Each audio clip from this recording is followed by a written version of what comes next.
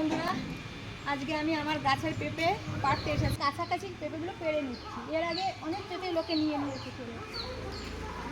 এই যে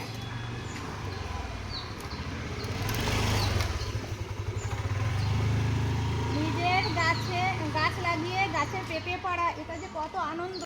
জানো বন্ধুরা, আজকে আমি পেঁপে সব পেড়ে নেবো। তার একটাই উদ্দেশ্য কি, পাশে একটা পেঁপে গাছ আছে, তো ওই গাছে একটা বড় পেঁপে রেখেছিলাম। আমার মা পাকা খাবে বলেছিল।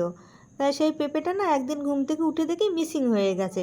সেই কারণে আজ এক সপ্তাহ ধরে আমার ঘুম হচ্ছে না, পেঁপেগুলো পেড়ে নিই। কেননা আবার এগুলো যদি মিসিং হয়ে যায় তাহলে বুঝতেই পারছো বন্ধুরা, এত কষ্ট করে গাছ লাগিয়েছি, তার ফল যদি একটু না পাই হাতে তাহলে একটু সত্যিই খারাপ লাগে।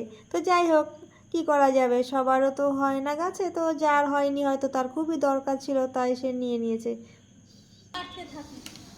ঝুড়ি ভরে গেল।